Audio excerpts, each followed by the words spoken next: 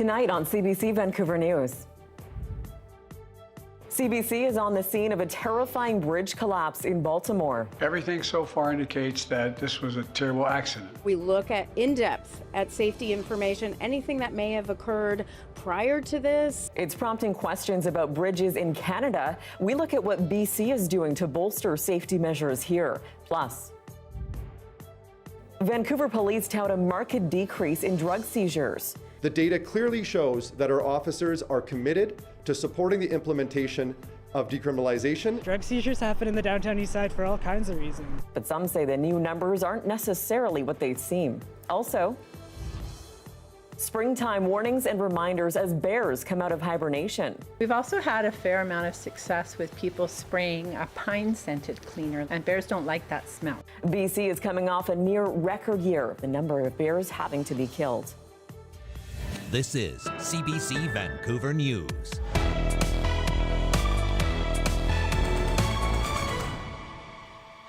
Hello, I'm Tanya Fletcher. Thanks for joining us. We begin with an alarming story that's unfolding in Baltimore. 6 people are presumed dead now after a container ship rammed into a bridge early this morning, snapping and collapsing it altogether. 2 other people have been recovered from the water, but the search and rescue operation will now give way to a recovery effort for the others still missing. The CBC's Katie Simpson is there with more on how it happened and the ongoing investigation. Here's what we can see of what's left of the Key Bridge after this horrific disaster that took place early this morning. Pieces of metal debris are jutting out of the water, and just beyond what's left of the bridge is the cargo ship in question.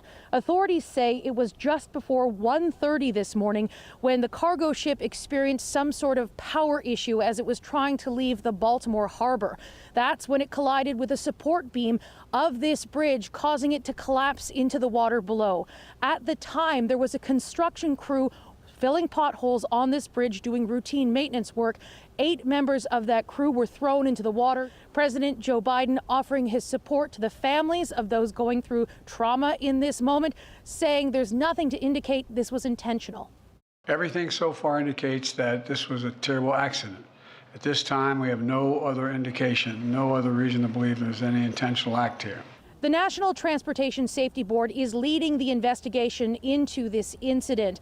At this point, there's nothing to indicate that there was any structural issue with the bridge. What investigators will be focusing on is the ship and the critical moments leading up to the incident. That is part of our investigation, where we look at in-depth at safety information, anything that may have occurred prior to this, any sort of safety history with respect to the vessel, any sort of maintenance that was done to the vessel or component on the ship. We will look at all of that. That is the CBC's Katie Simpson reporting from Baltimore. Well, that bridge collapse is prompting safety questions here as well. More than 50,000 bridges are currently standing in this country. The CBC's Alison Northcott looks at how Canadian safety measures stack up and what BC is doing to bolster protocols. Vancouver's Lionsgate Bridge sees thousands of large vessels pass beneath it every year, and with that comes some risk. The biggest risk is similar to an errant vessel that we saw today in Baltimore. And so we look at what mechanisms and measures we can design and construct in place to be able to prevent that. The collapse in Baltimore has prompted questions about the safety of Canada's bridges. In BC, the government says it's confident in its bridges, but has been looking at additions that could deflect any errant ships. It's high time that we learn from this incident. This expert says many bridges across Canada could need improvements to ensure they can withstand potential collisions. The ships are getting bigger, they're carrying more loads, and if for any case these unfortunate events happen, this might affect our bridges as well. He says some of our infrastructure is getting old and could be at risk. We need to assess the current condition of our bridges and take proactive actions to make sure that they are ready to withstand the increasing demand. But authorities in Halifax say they're prepared. We can evacuate the bridge very quickly. We have planning exercises that we do on a regular basis for just this kind of thing and other emergencies that can occur on the bridge. This Halifax bridge has a rock island around its main support structure, there to add a layer of protection. The St. Lawrence Seaway Corporation, which sees vessels pass from the Atlantic Ocean to the Great Lakes, says the risk on its territory is low. There are submarine what we call a concrete abutment, that if there would be a loss of control, similar to one observed in Baltimore, the vessel will hit that area first and will not reach the structure of the bridge itself. Still, those who run Canadian bridges are watching Baltimore closely to see if any lessons can be learned. Alison Northcott, CBC News, Montreal. A major Surrey transit hub is bracing for a 6-week closure, and some local business leaders are frustrated they weren't told in advance. Starting late next month, the King George SkyTrain station will shut down for repairs, forcing commuters to make other plans. As Joel Ballard reports, TransLink says upgrades are needed on some aging infrastructure, but others wish they'd been consulted first. Starting in late April, SkyTrain service at King George Station will come to a complete stop. Surprising news for transit users. It'll impact my commute because I use this station every day to get to work because I work right here. The station is closing for 6 weeks for essential maintenance and upgrades. The bulk of that is doing this replacement of a turnout, which is a mechanical device that guides the trains from one track to the other. This track has been in use since the station opened 30 years ago. TransLink will use the shutdown to complete other upgrade work, including elevator improvements. Still, it's a major roadblock for the thousands who rely on the station. I have to wake up a little earlier to walk to the Surrey Centre station to get my SkyTrain to go to my job. I guess I'm either going to have to drive to Scott Road or just drive into work. King George SkyTrain station sits in Surrey's city centre, surrounded by residential towers, office buildings, and businesses. The closure of the King George SkyTrain station for 6 weeks is going to impact business. It's going to impact those that rely on transit to get to and from their activities, to work. Every single minute matters when it comes to business. For the Surrey Board of Trade, the announcement came as a surprise, stirring up frustration that they weren't consulted. Certainly we would have been able to communicate to our members, to the general business community, that this was forthcoming. And usually that is the modus operandi.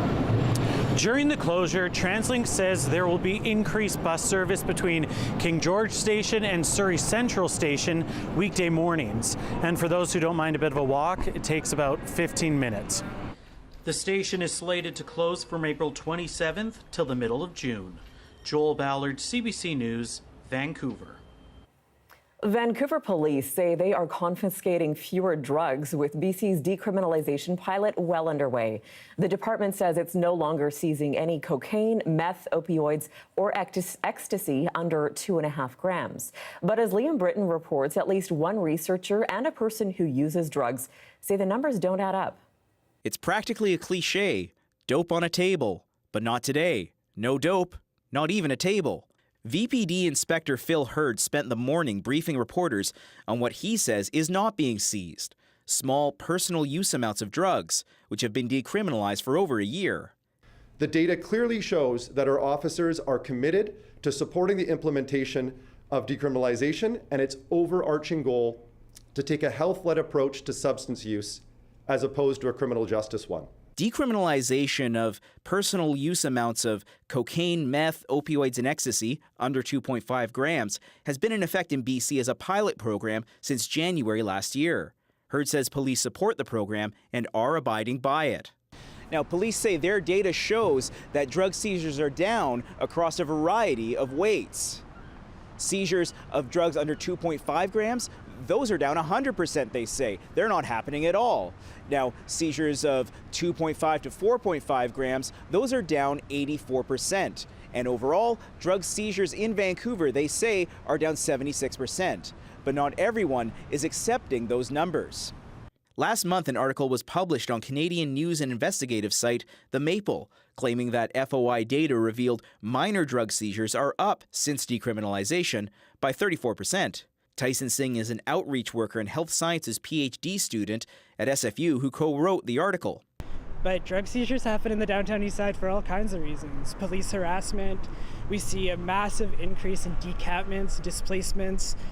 Police are picking people's drugs out of their tents before they throw them directly into garbage cans. Jason Rigsby with the Vancouver Area Network of Drug Users says the numbers don't match what he's heard on the street. They seize everybody's tents and stuff, and you're going to tell me there's no drugs in none of these tents, and I know some people that have had their drugs taken away, maybe not prosecuted, like brought through the system, but I'm sure that they've lost their drugs. But Hurd accuses Singh's article of faulty analysis. Such reports are patently false and are wholly incorrect. He says there was a bad misinterpretation of the data. In particular, sometimes people had multiple drug packages, which were all listed separately, which added up put their total weight above the limit. Claims that VPD officers are seizing more drugs at or below the 2.5 gram threshold are clearly false. He says the public can trust police numbers. There have been no complaints against police for informal confiscations of small quantities of drugs. But Singh is skeptical about what police are saying about small quantity seizures. We know that seizures have not gone down to zero, and for people's day-to-day lives down here, might only buy enough to last a few days, and then having the police take it means you have to replace that supply. He says if these seizures are continuing, they're just another barrier for people who use drugs. Liam Britton, CBC News, Vancouver. A man is facing charges in a homicide going back 6 years. In June 2018, 38-year-old Benny Ray Armstrong was involved in a stabbing that landed a 26-year-old man in the hospital. That victim died a week later. Armstrong has now been charged with manslaughter and remains in custody ahead of his court date on April 8th. It's been more than 2 years since catastrophic floods hit the Fraser Valley, and some residents there say they're still out of their homes. The house is tilting like the Titanic, sinking. The driveway is a 20-foot cliff. The garage is halfway down the hill. The property is totally inaccessible. 6 homeowners had their houses deemed uninhabitable in 2021. They're asking the province to buy them out since they say they have no way of selling their land or living on it. A North Vancouver MP is telling taxpayers not to expect the federal government to pay for the North Shore wastewater treatment plant. That is not the responsibility of the federal government. They clearly have to meet regulations with respect to water quality coming out of that plant. They're both federal and provincial. But ultimately, the management of that plant and the management of the process of construction is the responsibility of the region. Last week, Metro Vancouver revealed the price tag of this project has ballooned to $3.86 billion. That's more than 6 times initial estimates.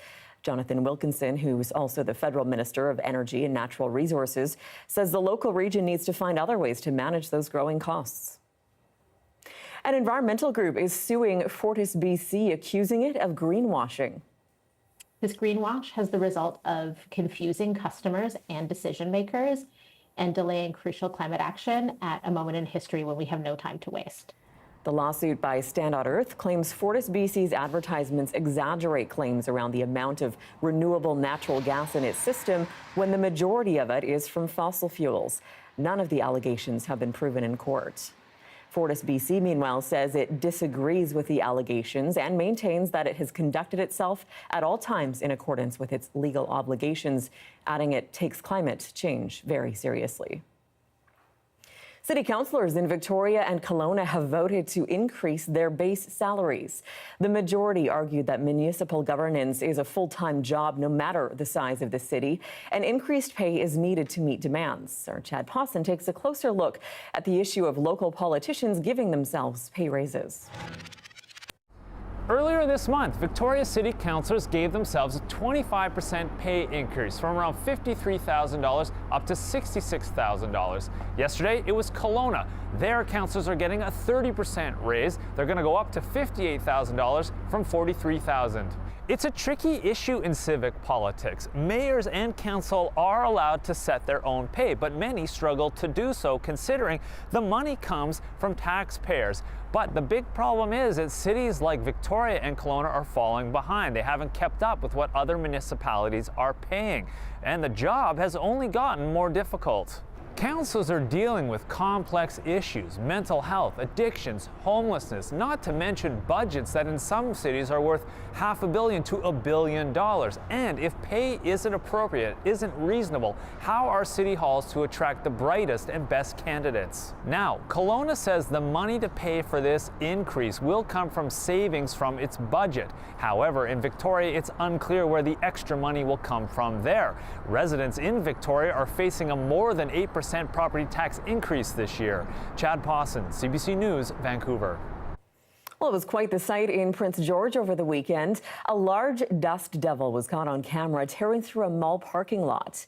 Anakin Gibson was driving near the Pine Center Mall's parking lot when the plume of dust, he says, came out of nowhere. He says it stretched roughly 40 feet up in the air until it eventually dispersed after it went under a vehicle. I was driving down the road with my dad and my sister in a large empty parking lot, and out of nowhere the wind kind of picked up and it started swirling, and then it just kept growing. It was 15, then 20, then 30, 40, and it just kept going up and up and up. There's rocks being flung everywhere. That was kind of funny to see. Dust was going everywhere. Well, conveniently enough, we've got our Darius Madavi joining us now in studio for a closer look at the science behind these kind of really amazing things, how they happen. Yeah, I mean, I don't think I would have been quite as calm as they were in the car. I mean, looked like a tornado. Yeah, exactly. And so that's what, even though, like, we know that it's not a tornado. When I was looking at that, my first thought would have been, there's a tornado, I need to run.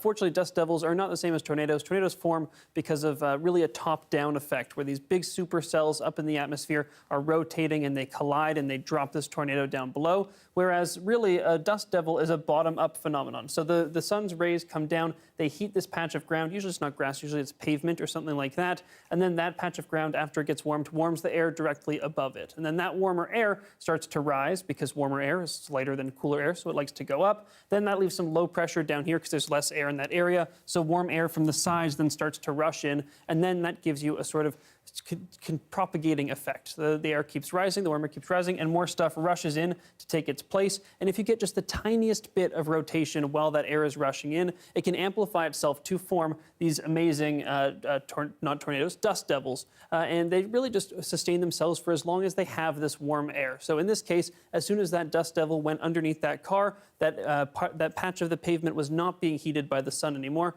No more warm air, no more dust devil, and it just died out. So fortunately, these aren't usually damaging. There's not usually any results of damage or property damage or injury that come from them.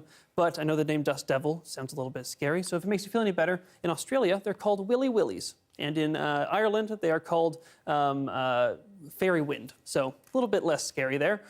With that being said, there is also a dust warning, a dust advisory in place for many parts of the central interior. And because of the name dust devil, people might think that the two are connected. But the name dust devil, the dust just came through why you see it. If they didn't suck up that dust, it would just be like wind. You wouldn't be able to see where it's going.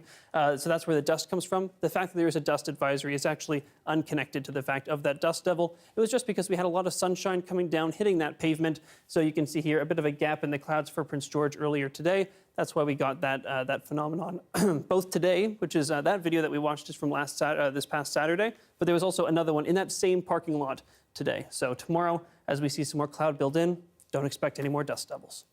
Okay, good to know. Well, thank you so much. Fascinating stuff. We'll talk to you again soon, Darius. Thanks, Tanya. A necropsy on the killer whale that died after she became trapped in shallow waters off northern Vancouver Island over the weekend shows she was actually pregnant. It's definitely unfortunate because it wasn't just some mother we lost. We lost her fetus as well. And of course, she leaves behind a 2-year-old, which we're trying to save. The good news is that this population has been growing every year. And so it belongs to a healthy population, which is great. Video shows when dozens of people from the community were trying to save the stranded orca while its calf swam nearby. Experts on site now say the calf appears to be healthy. Scientists, local First Nations, and volunteers are all continuing efforts to try to coax the 2.5-year-old calf out of the lagoon to reunite it with its pod. As the weather gets warmer, bears are starting to emerge from their dens and search for food. Bear advocates are warning people to be prepared and take extra precautions to avoid attracting them to neighborhoods. As our Mira Baines is finding out, last year saw a decades-high number of bears killed by Conservation Officer Service. Now emerging from hibernation, 3 fattened-up bear cubs who lost their mother last year are recovering with others. The circumstances were tragic. The trio was found with their mother in View Royal near Victoria. The mother bear had been euthanized and the cubs taken to North Island Wildlife Recovery Center. And they are doing really, really well with their contemporaries who are all in there, right? We total 9 bear cubs in the pre-release enclosure. The North Island Wildlife Recovery Center says all 3 are on track to be released this spring. Now, these 3 cubs have a second chance, and they're going to be able to go back out and continue that, lineage of wild bears. The North Shore Black Bear Society points out bears are hungry coming out of hibernation, and people need to prepare. A key message is people shouldn't put their garbage out until it's time for collection and try to store it in a garage. And if they can smell something delicious, they'll home in on that and come onto your property. So that's why we ask you to clean your bins out with vinegar regularly. We've also had a fair amount of success with people spraying a pine-scented cleaner like Pine Sol, and bears don't like that smell. Removing bird feeders and ripe fruit from reach and freezing meat or seafood waste before putting out the trash can also help reduce smells. Their sense of smell is just off the charts. It's way stronger than ours, way stronger than a bloodhound's. Last year, 603 bears were destroyed by the Conservation Officer Service, a decades-high number. A mother and daughter in View Royal created a memorial for the mother bear killed last year in their neighborhood. The mom bear that was destroyed stopped being scared of humans, and I guess that's why they decided that she shouldn't linger here any further. They have been advocating for a bear awareness policy and bear-resistant garbage bins. The Municipal Council voted to spend $5,000 to support a pilot project. It's not a lot, honestly. It's a small start, and I'm glad they're doing it, but I think they could do more in the future. The Millers say the money will only purchase a limited number of bins. The hope is that for now it will be enough to make people more bear aware. Mira Baines, CBC News, North Vancouver. Well, still ahead, it is tax season, so we speak with a tax expert about filing tips for low-income earners in particular and the types of rebates you can get. That's coming up next.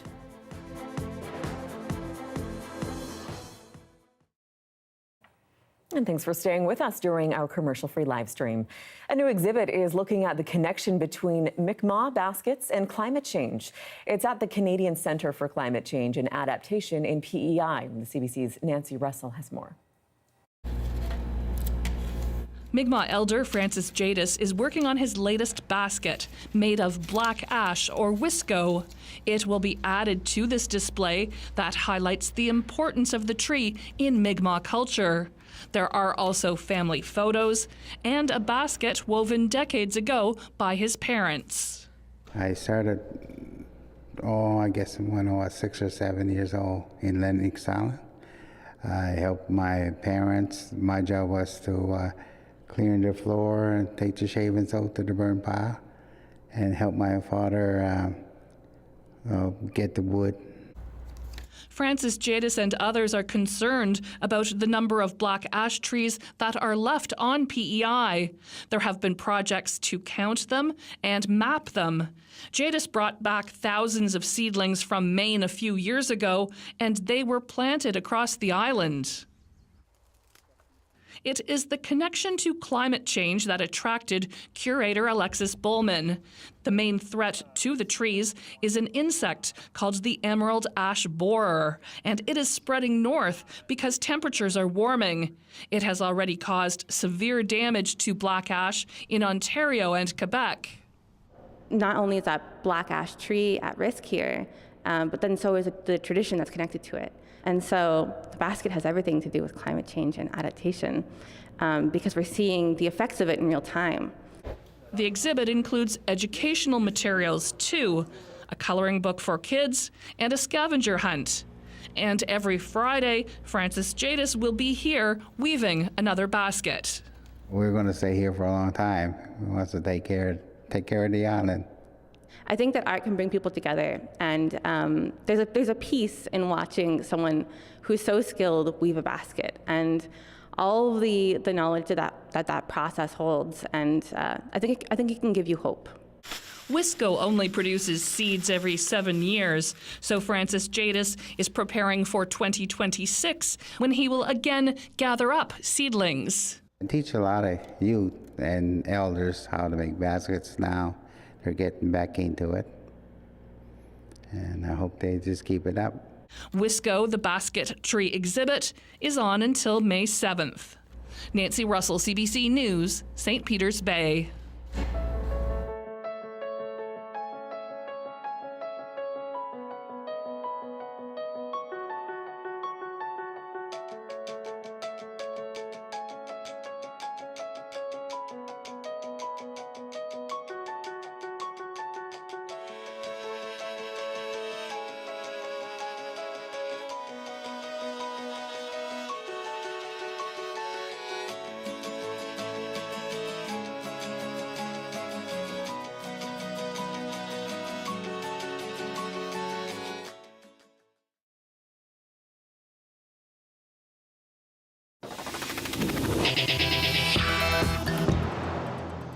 Most Canadians have just over a month left to file their 2023 tax returns. The government says it is still a good idea to file a return, even if you're not reporting much income this year. Joining us with more tax tips now is Karina Carroll. She's the Executive Director of Sources Community Resources Society in Surrey, which runs a tax clinic. So, Karina, thank you so much for joining us. Thank you. So first of all, of course, this is peak season. How high is demand at your tax clinic right now? I would say we're about the same level as we were last year. We've filed over 600 returns so far since the beginning of March, and we expect to file about 1,200 by the end of April. And so is there anything different this year people should know about compared to years past? Yeah, I think that there are more rebates, obviously, that people can access, more credits. And I think it's important that people reach out to a tax filer in order to figure out what they're eligible for. The only way that you can access some of the rebates and credits is by filing your taxes. So we will make every effort to make sure that we access everything you're eligible for. And there's always new rebates and benefits that people can access. It depends on their individual circumstances. We mentioned it off the top. Do you think low-income earners should still file taxes? And what types of rebates can they get in particular? Oh, 100%. In fact, low-income earners can actually benefit from filing their taxes. So a lot of people will see filing taxes as an automatic, what will I have to pay? That's the question that comes up. It makes people nervous. It's important that people who are lower income file their taxes so they know if they're eligible for some of the rebates. There's federal and provincial. So we have GST, which most people have heard of, but there's the child benefit, there's the carbon rebate, there's a caregiver credit, training credit, and then provincially we have the BC family benefit as well as the climate action tax credit. So you don't know what you're eligible for until you file your taxes, and our volunteers are there to help you do that. With technology now, do you find more and more people are doing their taxes on their own online? And how has that affected businesses like yours at this time of year? I think that there may be more people that are completing their taxes online. However, most of the people that we see come through are not using an online system. They want that person-to-person contact, or they may have some barriers around internet or what type of computer they have access to, or just understanding how that works. You know, for the first time for someone filing online, it can be a little bit overwhelming. So it's nice to have these clinics available for people like that who want to be able to speak to someone. And beyond the internet, if places like yours are all booked up, where else can people go to get help with their taxes? Well, if people Google, if they can access the internet and Google Free Tax Clinics Canada, there's a list by region. There's about 20 or 25 in Surrey alone, other organizations like ours who offer free tax clinics with volunteers. If they can't access it through the internet, they could probably go to their local library, and those libraries will have a list of places they can get their taxes done. Well, thank you so much for your time today. I know it is a very busy time, but we appreciate it. Thank you so much. That's Karina Carroll, Executive Director of Sources Community Resources Society, joining us. Up next, Canada will soon have a second laboratory able to work with the most dangerous pathogens in the world. Why this matters and the controversy surrounding it after the break.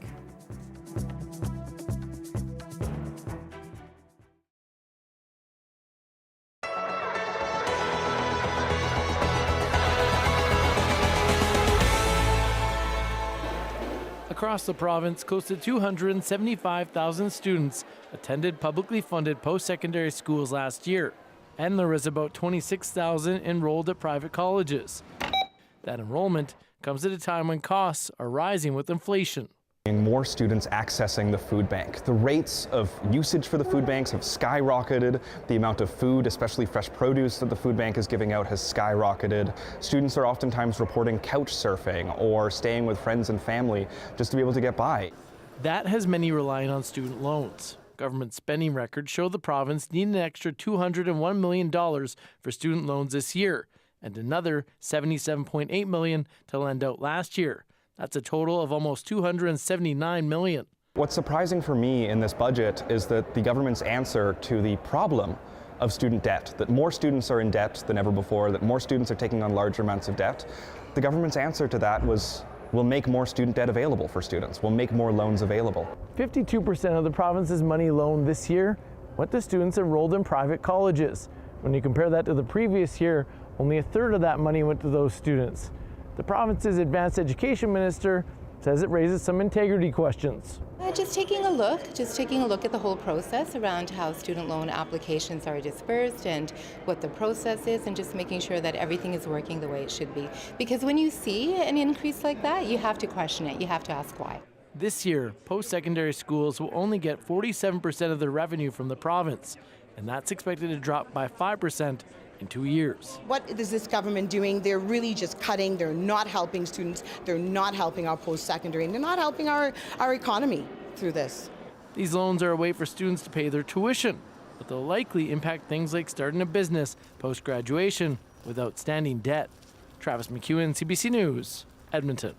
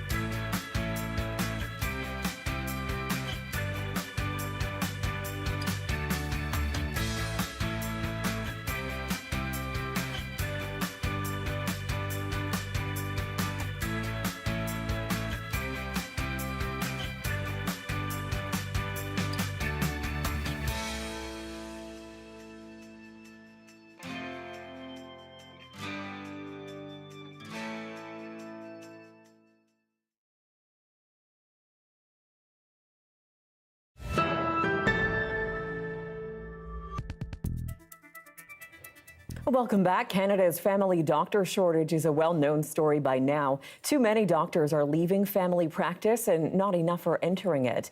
The CBC's Christine Birak takes a closer look at what's behind the trend. It's a frustrating question millions of Canadians are asking. Why can't I find a family doctor? Well, some new data reveals nearly 30% of family docs have left their offices and moved into other parts of healthcare. So why did they leave and where are they now? Based on billing information, the Canadian Institute for Health Information found nearly 10,000 family doctors were largely providing specialty care, many of them working in emergency medicine. Others shifted to psychiatry and general surgery. Family doctors essentially run small businesses that are now harder to afford. Rents, paperwork, IT, and staffing costs have been increasing for years. Still, many family docs only get paid about $40 for a patient visit. The actual rates have been really stuck for a long time. If you think about that, I don't know if maybe people think of things in their lives like how much you pay for a haircut, how much you take when you take your pet to the vet, how much you pay when you go to the dentist. I love being a family doctor, and there's really nothing else I ever wanted to do. But after nearly 3 decades in family medicine, Dr. Fan Hua Meng is closing her practice in Mississauga, Ontario. She says she never rushed through patients, but now she's overwhelmed with paperwork and can't afford to hire one registered nurse to save their practice. In the past, it was just enough that we could sustain. And now, with inflation and with increasing administration, it's not sustainable. So I'm frustrated because I think that there should be room in the system for physicians like myself who are interested in the quality of what we provide. And it seems that we're being slowly edged out. Dr. Meng says she's not sure where she's going to go next. Teaching is an option, but says knowing what the real world looks like for family doctors might make it tough for her to encourage students to open their own offices. Christine Birak, CBC News, Toronto. A parliamentary committee is slated to review information involving a high-security laboratory. It comes after 2 scientists lost their jobs due to dealings with China. Against this backdrop, officials have announced that Canada will have a second Level 4 high-containment lab. As the CBC's Karen Pauls explains, it'll have the capacity to deal with the most dangerous pathogens in the world. These days, Volker Gertz isn't just doing research. Let's look at some results. He's upgrading his existing lab at the University of Saskatchewan to open Canada's second Level 4 lab capable of handling the deadliest pathogens in the world.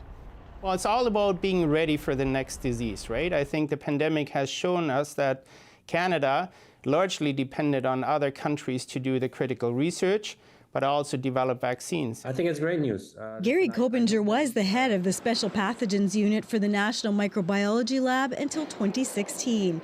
He says there is room for 2 Level 4 labs in Canada, one focused on basic science and public health, and Vito producing vaccines and therapeutics. The big strength, I think, also is that Vito is not a government owned operation, and which means that they have a lot more flexibility. The downside could be sustainability. Heinz Feldman ran the NML's Special Pathogens Unit from the time it opened until 2008. He says these labs are expensive to build and operate.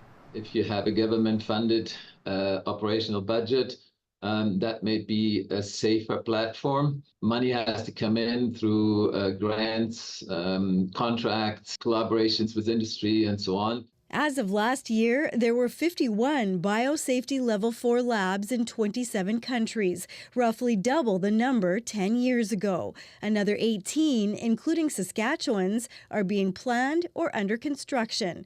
Experts say as more countries do research with dangerous pathogens, there are growing risks. Risks are that you might become infected, that you might infect others, security concerns, who has access to the lab, who gets access to biological agents and those sorts of things. Experts say Canada has some of the highest standards in the world, and Ottawa is doing even more to improve biosafety and biosecurity. A recent report found the top priorities are access to the containment area and the lab's physical and cyber integrity. Karen Pauls, CBC News, Winnipeg. A popular discount retailer is reporting a security breach. Giant Tiger says contact information for some of its customers was compromised in an incident linked to a third-party vendor. The CBC's Scott Peterson has more on what happened.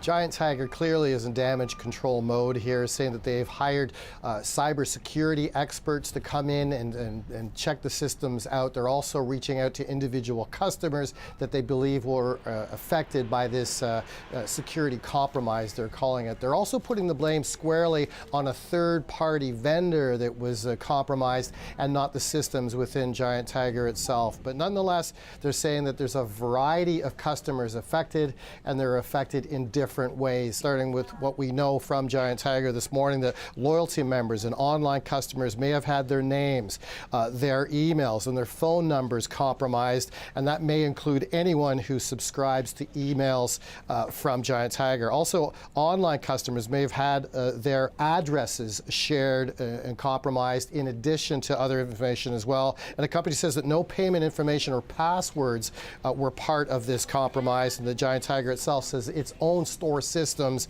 and applications are not affected by this. And the company is trying to resolve the issue, they're saying, as quickly as possible, reaching out to individual customers and saying that they were first aware of this as soon as March the 4th. And this is not the first hack that Canadians have experienced. Over the last 2 years, it seems that hacking has been increasing. For example, Indigo Books and Music, the LCBO, the Nova Scotia government, the Toronto Public Library just recently, the City of Hamilton, Ontario, have all fallen victim to cyber attacks. And so, as always, Giant Tiger is warning its customers to stay diligent, to not accept any emails or phone calls that look like they might be suspicious, and of course, to change your password if you believe that you have been compromised.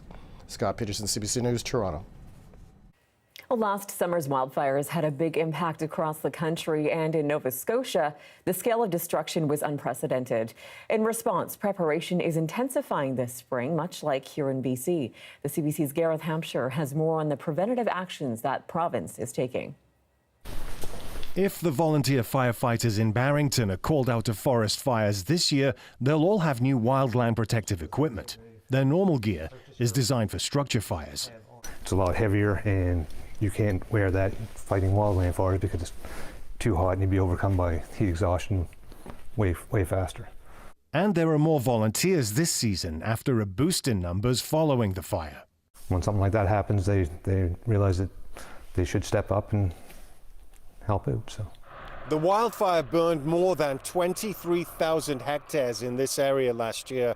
Local authorities had never experienced anything like it before. For example, we struggled a lot with cell coverage. Within the municipality, we've got 9 zones that are blackout zones, so communication was a problem. The municipality of Shelburne's trying out a new communication alert system after challenges getting evacuation messages through to people last year when the wildfire was spreading. People will need to sign up for the program, which can send messages to landline phones, email, as well as through an app and by text messages. People who were in the zone that didn't get the notification, if ground search and rescue missed them, they could have been in a life-threatening situation. So having a tool like this saves lives. The Department of Natural Resources and Renewables is distributing additional and new equipment to its depots around the province. That's happening sooner this year because of a funding agreement between Nova Scotia and Ottawa. This investment between the provincial and federal governments has certainly allowed us to increase our cash and do it at a quicker pace. And it's going to enhance our ability to be prepared and respond to wildfires. The money will also help replace this fleet of helicopter water bombers over the next few years. Back in Shelburne County, recent rainfall means the ground is moist and the fire threat is low. But Dwayne Hunt says that can change quickly, and he's watching the weather conditions closely.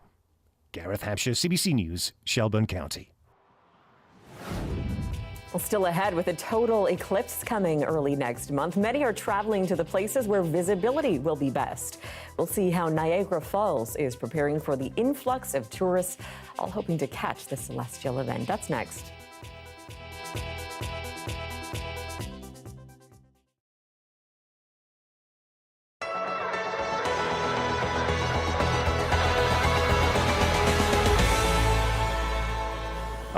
This is what they call a mash tun, which is where we add the grain.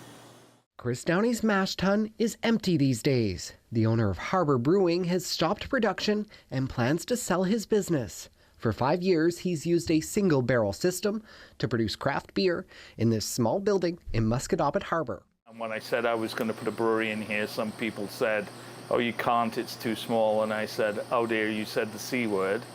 So challenge accepted. But that challenge wasn't easy. A global pandemic and tough tourist season due to wildfires and rainfall in 2023 meant slow business. He says it's been tiring being everything from the master brewer to head cleaner, all making it harder to keep up with larger craft breweries. But if you're all going to grow, then your market has to grow as well. But if the market isn't growing, then the bigger guys are going to starve out the smaller guys. Downey says the NSLC marketplace was never practical for him due to the size of his operation.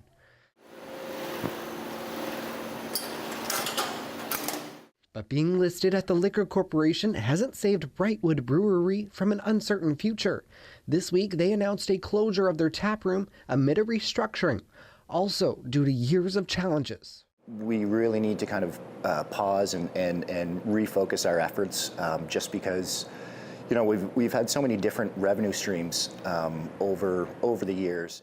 But some have closed altogether, including Serpent Brewing in Spryfield and Off Track in Bedford. Lawson says the industry could benefit from fewer tax burdens amid financially challenging times. The federal government is increasing the liquor tax by 2% on April 1st, but craft breweries across the country have received targeted support. Taxes on their first 1.5 million liters of product have been cut in half. We've been working and talking to the province and the NSLC about a reduction in taxes. Quite honestly, we haven't gotten very far. And the fad is not over, according to the association. Craft beer sales continue to rise at NSLC, but Downey says entrepreneurs should give it some sober thought. It's not simple or cheap to start a brewery. Advice from a brewmaster with 3 decades of experience who says the biggest reward is when someone compliments his craft. Luke Ettinger, CBC News, Musquodoboit Harbor.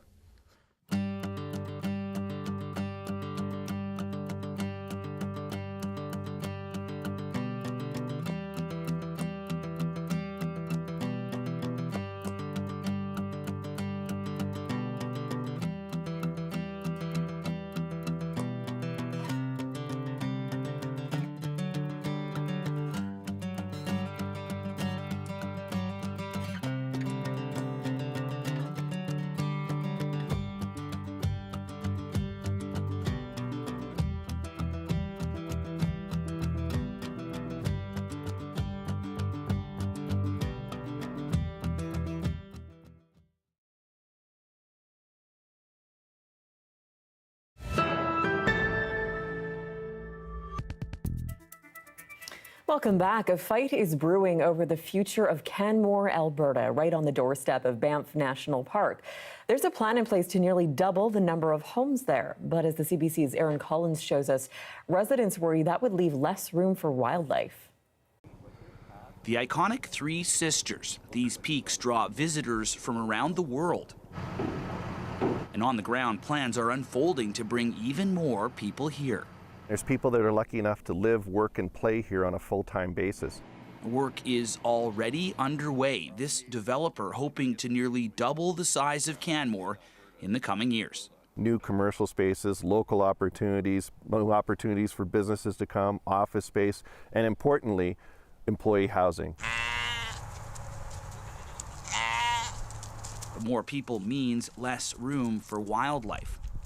This area, a key corridor for grizzly bear and elk, could soon be covered in buildings. So why does this space matter to the wildlife here? This land is a very important part of the bigger wildlife corridor between Banff and other habitat, and populations need to stay connected in order to stay alive. Concerns over impacts on wildlife, just one reason local politicians voted down the proposed development in 2021. But the mayor says the province overruled that decision. Do I like that we don't have discretion over that? No, I don't like it, but I accept it because that is the rule, and we operate by the rule of law. Alberta's Minister of Municipal Affairs declined a request for an interview. But in a statement, he said the government is confident that the provincial body that approved the project was fair, unbiased, well-reasoned, and thoughtful. Still, a nearby First Nation is asking for an environmental review of the project, and a group of locals say they haven't given up trying to stop the development either. If we lose grizzly bears, we'll never get them back. And if we build all these houses, we'll never take them down. So it's just such a critical decision that we're at the verge of making.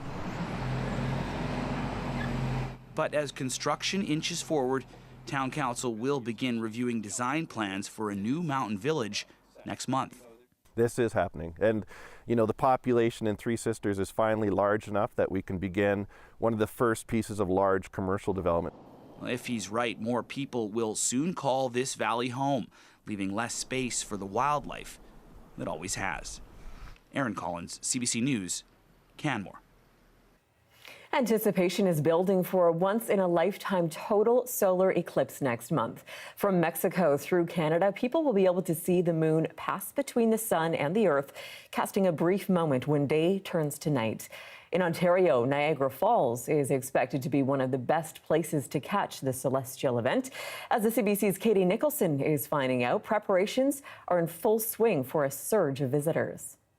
What are you pairing with the eclipse? Gregory Vircha's Eclipse and Sips wine event sold out almost as soon as he floated the idea. In this vast tank, Merlot ready to be served on the big day, but he's worried his small winery will be overrun. So for us, that's always an issue with, say, washroom capacities, with parking spots and things like this. So we're actually hiring or we're bringing in extra staff. So this is where we're going to try and set up for the eclipse. The Niagara region is in the path of totality. It'll have one of the best views of April 8th's solar eclipse, Everything is here that you could possibly need. prompting skyrocketing demands for hotel rooms at Super Bowl prices, some more than $1,000. Most of the folks that are here are from the United States, but we do have some from overseas. David Carroll oversees 3 hotels on the American side, 3 on the Canadian side, including this one. All pretty much sold out. I've been in the business a long time. I'm shocked the amount of people that are coming up to this part of the United States and Canada to see an eclipse for 4 minutes. I'm really surprised. But there's a calling for it, so people are excited. So I tested these during the day and I couldn't see a thing. And perhaps no one is excited as the mayor of Niagara Falls. We're preparing for the worst, hoping for the best. We know there could end up being upwards of 1 million people in the city. The last time the falls saw anything near that number was when Nick Valenda crossed the Horseshoe Falls on a tightrope. 150,000 showed up. The city has ordered tens of thousands of certified eclipse viewing glasses, but still expects to run out. It's kind of like get a bigger boat in Jaws, and that's kind of where we are. We're like, get more glasses.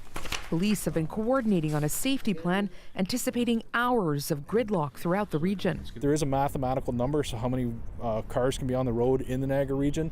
If we overwhelm that, there's only so much we can do. They're asking people to plan ahead, make sure they have food, water, and medication with them. Of course, if the weather is anything like this miserable March day, all that planning, the anticipation, the worry, and those glasses for nothing. Katie Nicholson, CBC News, Niagara Falls. Our Darius Madavia is here with a look at the forecast. But first, Darius, I understand you're going to be in Ontario, coincidentally, when this total eclipse happens. How exciting. I am. I'm very excited for it. I'm just really hoping it's not going to be cloudy. Yeah, no doubt. We'll be extremely disappointed, but I'm very excited. The next time there's a solar eclipse visible in Canada isn't until 2044.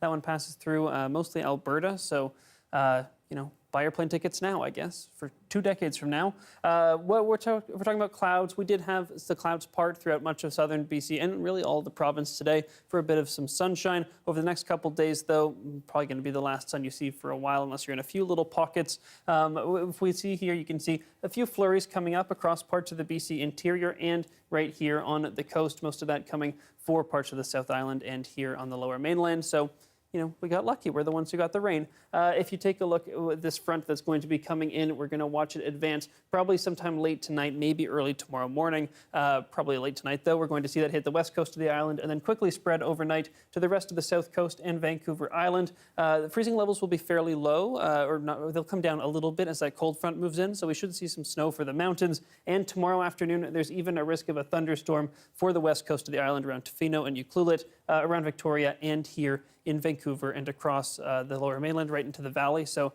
be ready for the chance of a thunderstorm here. After that, conditions start to calm down. That big wave of rain ends and just unsettled after that for a little bit of showers into Thursday and then drying up for Friday. If we take a look at the wind, though, again, high winds for the North Island and the west coast of the island. But we do also now have a wind warning in place for Victoria because of the very strong winds that are going to be happening there. So that should come down by tomorrow morning. But you can see right in the strait, some winds gusting up to 90 kilometers per hour. So keep an eye on that as well. In terms of temperatures, we are coming down tomorrow and then up right into the weekend. So 16, 17 degrees in Vancouver this weekend and warming up throughout the south. And then if we take a look here, again, lots of activity, but mostly flurries, mostly calm, except for on the coast where we'll get some of that heavier rainfall. And then for a 5-day forecast, some thunderstorm risk tomorrow, but for the most part, clearing up Thursday, and then a sunny Easter weekend. Well, hang on a few more days till we see that sun. Thanks, Darius. Thank you. Still to come, a challenge for the Easter Bunny and candy stores alike. Chocolate prices are on the rise. We'll take a look at why next.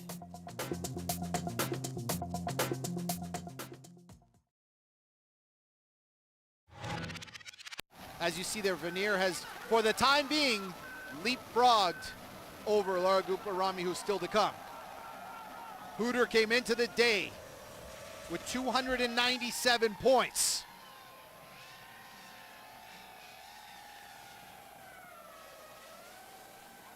Of course, skiing on home snow.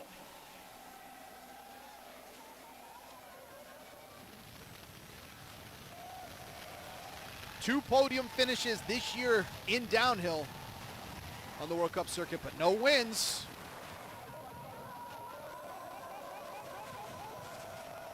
Haven't seen an Austrian win a downhill event in Austria since 2017. Christine Schreier did that. Right now, Austrian sitting 1-2 in this event.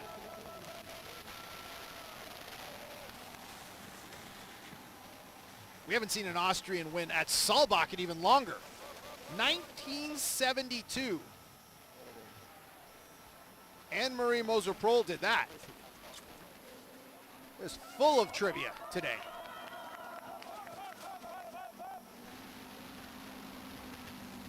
And Hooter looking for a personal first as well. We're going to win 2 World Cup events in a single season for the first time. She's never won 2 in a single year. And right now, look at that. Just a shade back of the pace.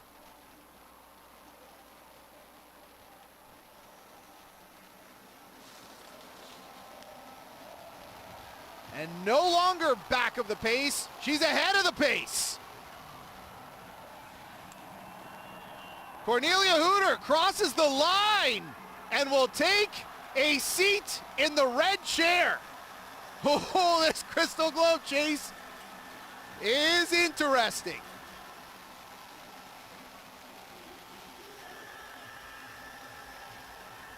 Again, for the time being, she's in first place in this event. And again, for the time being, we have a new Crystal Globe leader.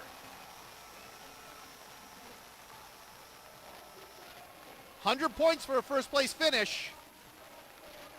And right now, the 2 people who are chasing Lara Gupta-Rami coming into this event have not disappointed.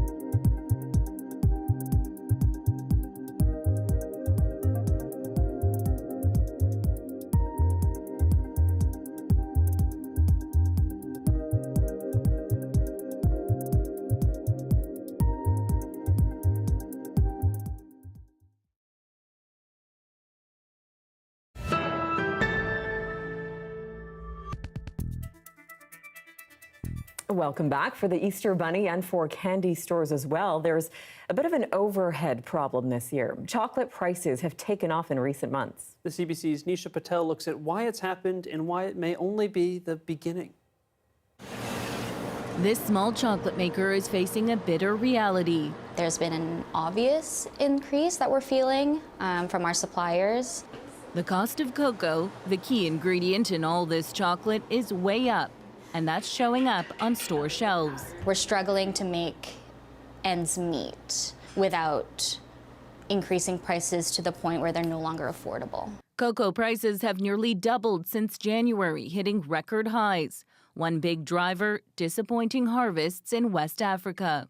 Very unseasonal weather patterns, too much rain, not enough rain, but there's also a prevalence of disease. So even as inflation eases around the world, extreme weather events can still damage crops, leading to huge swings in prices. Unless we put into action very quickly our climate commitments, we're going to continue to see disruptions to our food systems. And experts predict the supply shortage may not be over. Because the expectations are that the 24 crop is going to be even less than the 23 crop was.